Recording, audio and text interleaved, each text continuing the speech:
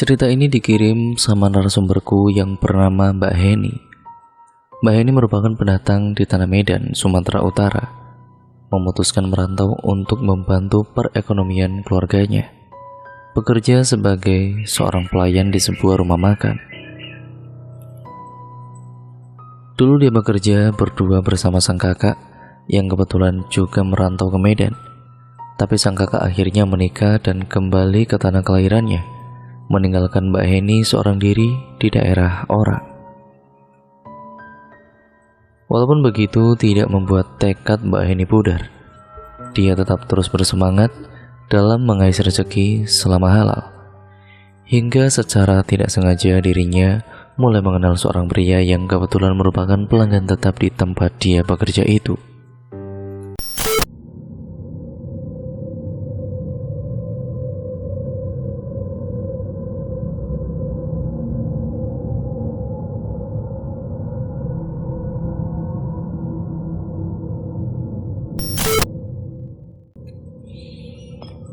Pertemuan pertama ini merupakan membuat Mbak Heni terbayang-bayang tentunya akan sosok pria tersebut. Selain berkarisma, pria itu juga humble dan murah senyum. Mbak Heni merasa nyaman di dekatnya. Berawal dari nyaman, hubungan mereka nampak intens dan tidak butuh waktu lama mereka pun akhirnya menikah.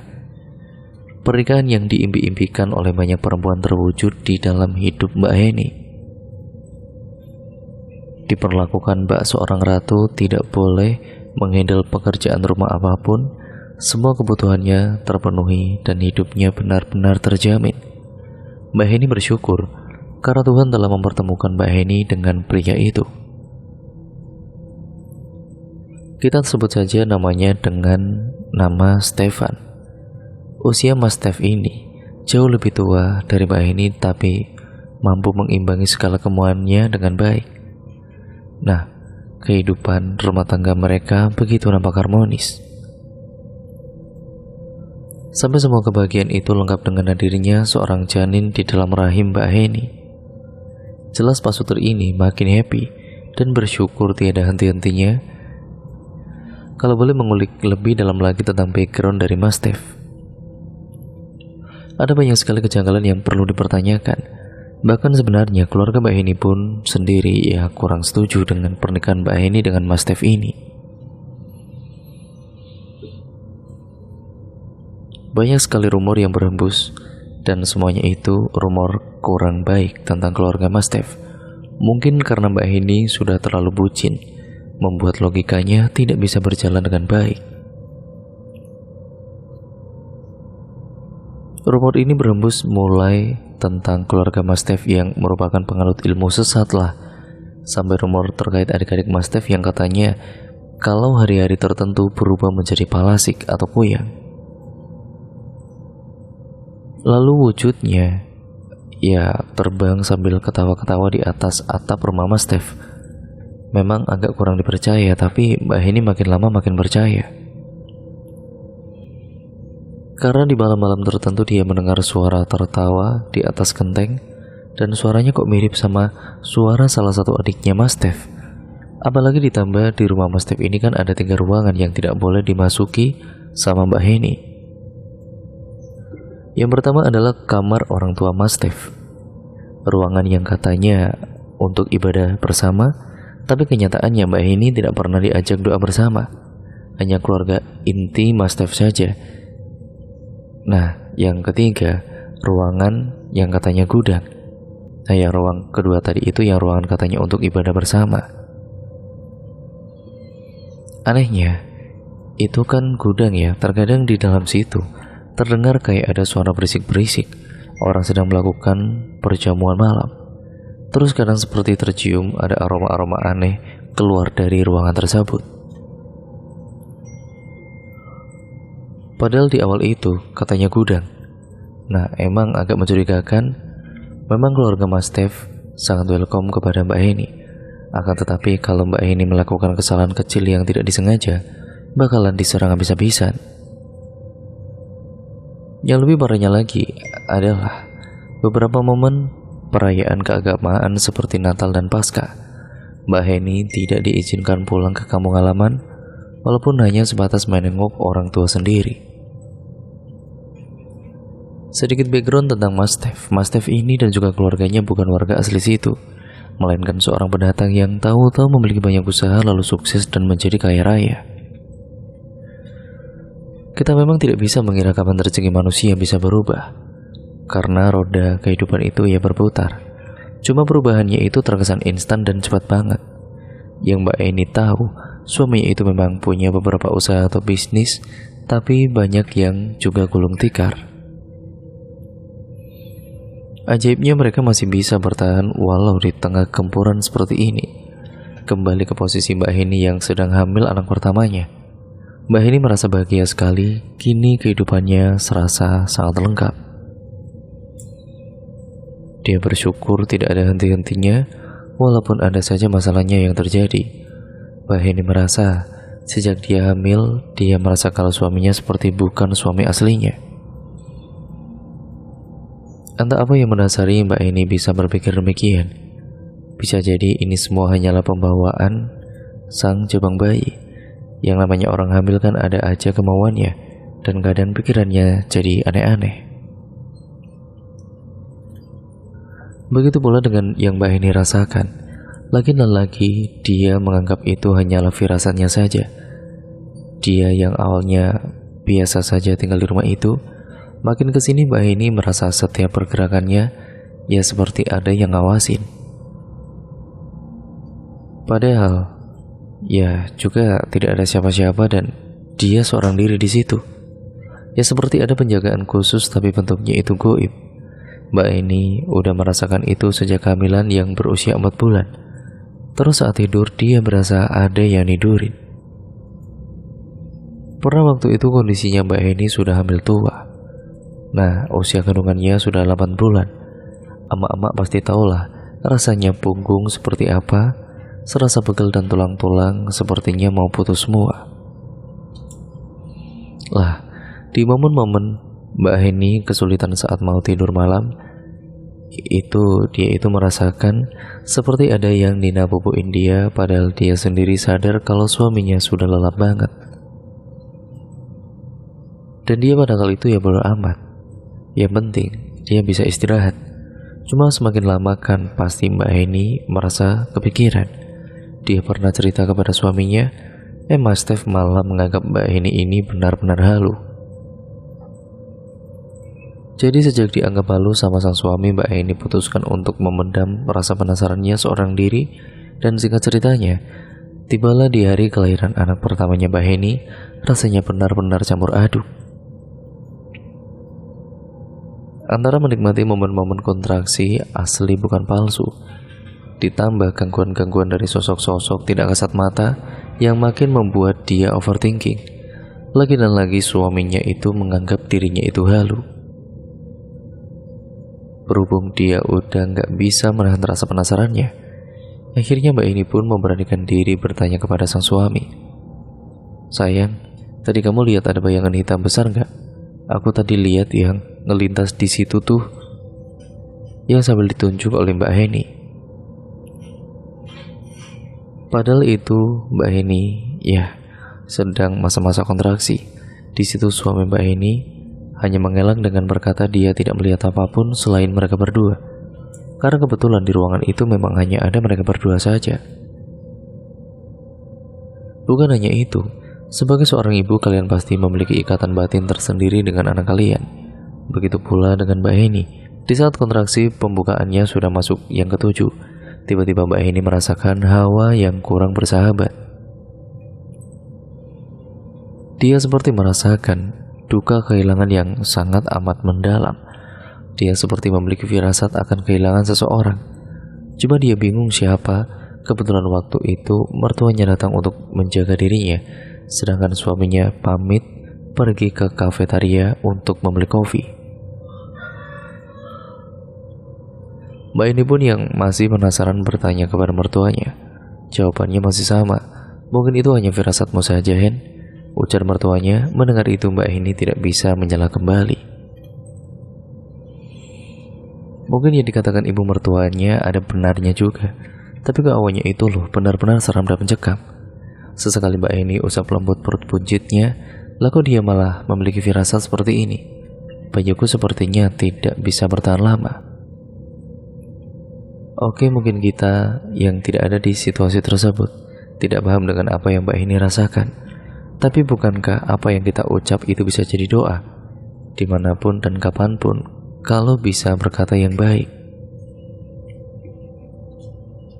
Bahkan kalau bisa berpikir positif. Tapi kalau semua itu keluar secara spontan, wallahu alam. Terakhir kehenan yang Mbak Eni rasakan itu ketika hendak mendekati prosesi melahirkan. Dia seperti mendengar suara tangisan bayi yang sangat ramai sekali. Memang ruangan bayi satu lantai sama ruangan bersalin, tapi jaraknya jauh. Ruang bayi dekat sama lift pasien lah, ruang bersalin ada di paling pojok. Kalaupun kedengaran, ya suaranya enggak intens. Sedangkan ini serasa seperti berasal dari ruangan sebelah. Masalahnya sebelah itu juga ruangan bersalin, tapi sudah hampir 10 tahun tidak digunakan dan juga mangkrak. Benar ada yang melahirkan di situ. Memangnya melahirkan berapa bayi? Soalnya suara bayinya kayak lebih dari 10 jumlahnya. Aneh gak sih? Aneh sekali kan?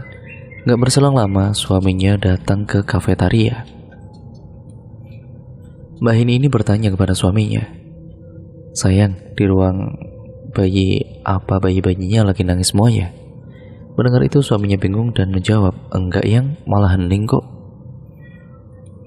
Karena suaminya saat melewati ruangan bayi dalam kondisi hening, tidak ada bayi yang menangis. Ya suaminya berkata apa adanya.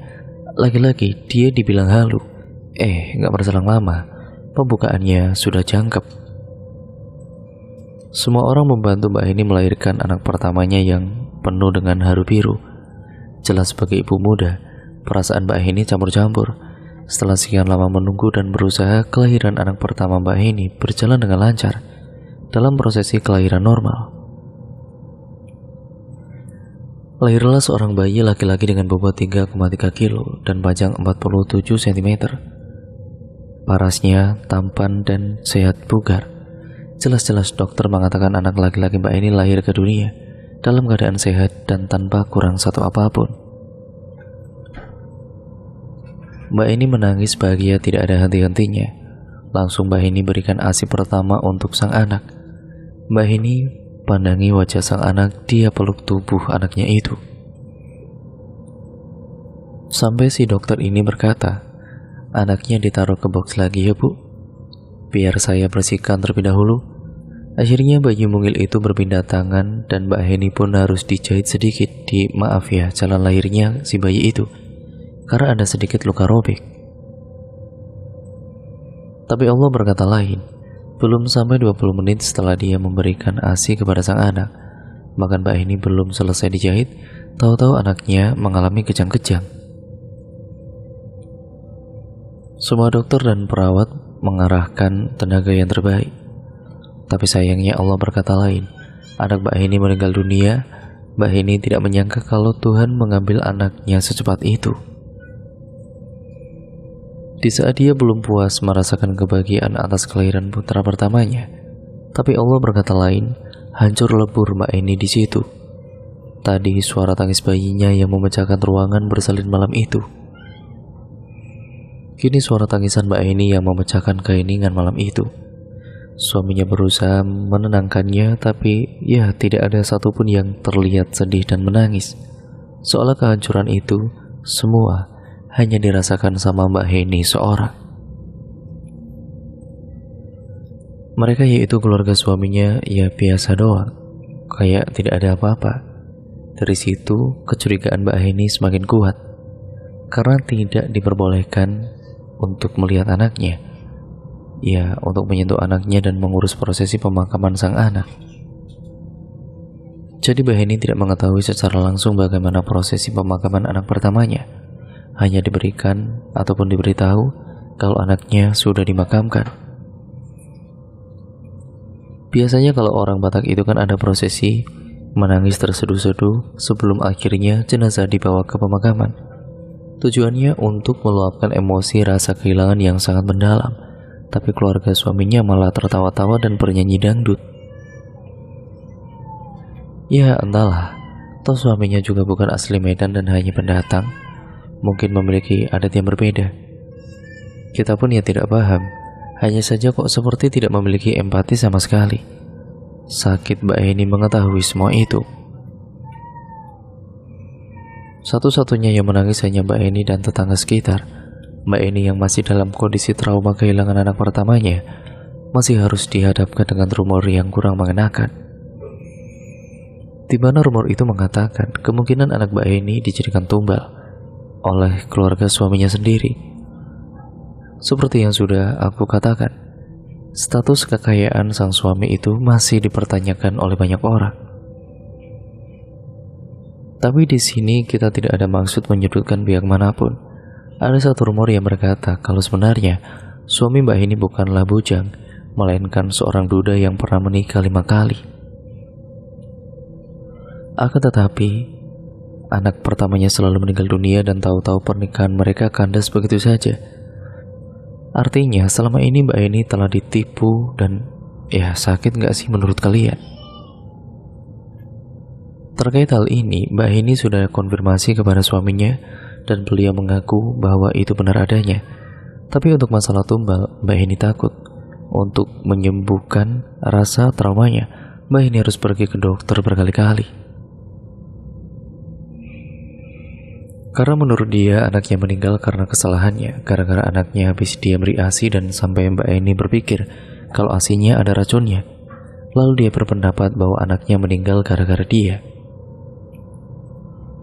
Terus menerus Mbak Eni menyalahkan dirinya sendiri pada kala itu. Pada kenyataannya setelah ASI Mbak Eni diambil sampel dan dicek ke laborat, hasil mengatakan kalau ASI Mbak Eni tidak ada masalah apapun. Sulit bagi Mbak Eni menghadapi kenyataan demi kenyataan yang ada di depan matanya. Mulai dari gosip yang mengatakan kalau keluarga suaminya penganut sekte lah, adik-adik iparnya seorang palasik lah, mertuanya tetua sekte ilmu sesat lah, dan sebagainya. Ingin rasanya Mbak Eni menangis dan berteriak. Dia ingin melawan tapi dia tidak punya power. Ditambah suaminya ini orang berduit. Ya di situ Mbak Eni hanya ikut suaminya dan tidak memiliki sanak saudara. Kita kembali ke rumor yang mengatakan kalau adik-adiknya Mas Stef ini merupakan seorang palasik.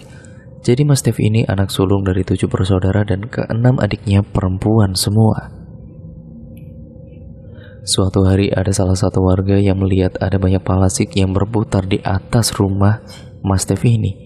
Yang bikin shock adalah salah satunya wajah palasik itu mirip sekali sama salah satu adiknya Mas Stef pada kala itu.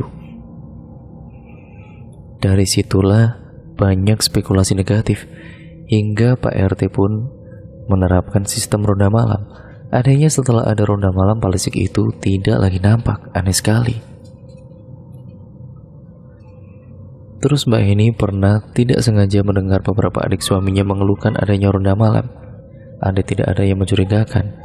Harusnya gak apa-apa toh kalau ada ronda malam, malah lebih bagus dan keamanannya meningkat.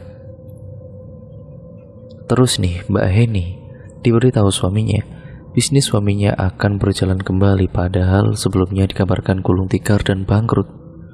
Ini tahu-tahu diangkat begitu saja rezekinya sama Allah dengan cara yang benar-benar tidak terduga. Mbak Eni benar-benar tidak paham harus merespon bagaimana, bersyukur atau curiga, karena otaknya sudah terlalu lelah berpikir. Dia hanya ingin terlihat senang atas keberhasilan sang suami.